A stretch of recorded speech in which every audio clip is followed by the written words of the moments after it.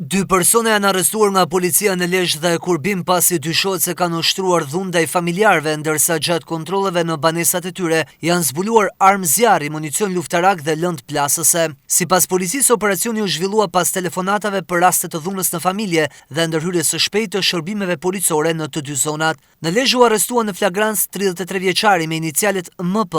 Ai dyshohet se ka ushtruar dhunë fizike dhe psikologjike ndaj bashkëshortes së vëllait. Gjatë kontrollit në banesë, efektive gjetën dhe sekuestruan 5 kallëp tritoli, një pushk dhe municion luftarak. Ndërkohë në Kurbin u arrestua 48 vjeçari GK, banues në Mamurras, që dyshohet se ka ushtruar dhunë psikologjike ndaj babait të tij.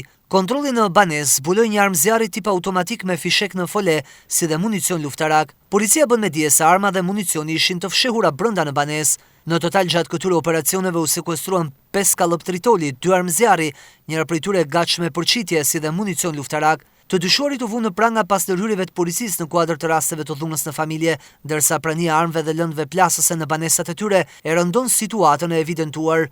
Materialet procedurale janë referuar prokurorisë së Lezhës për vijimin e hetimeve dhe veprimeve të mëtejshme ligjore.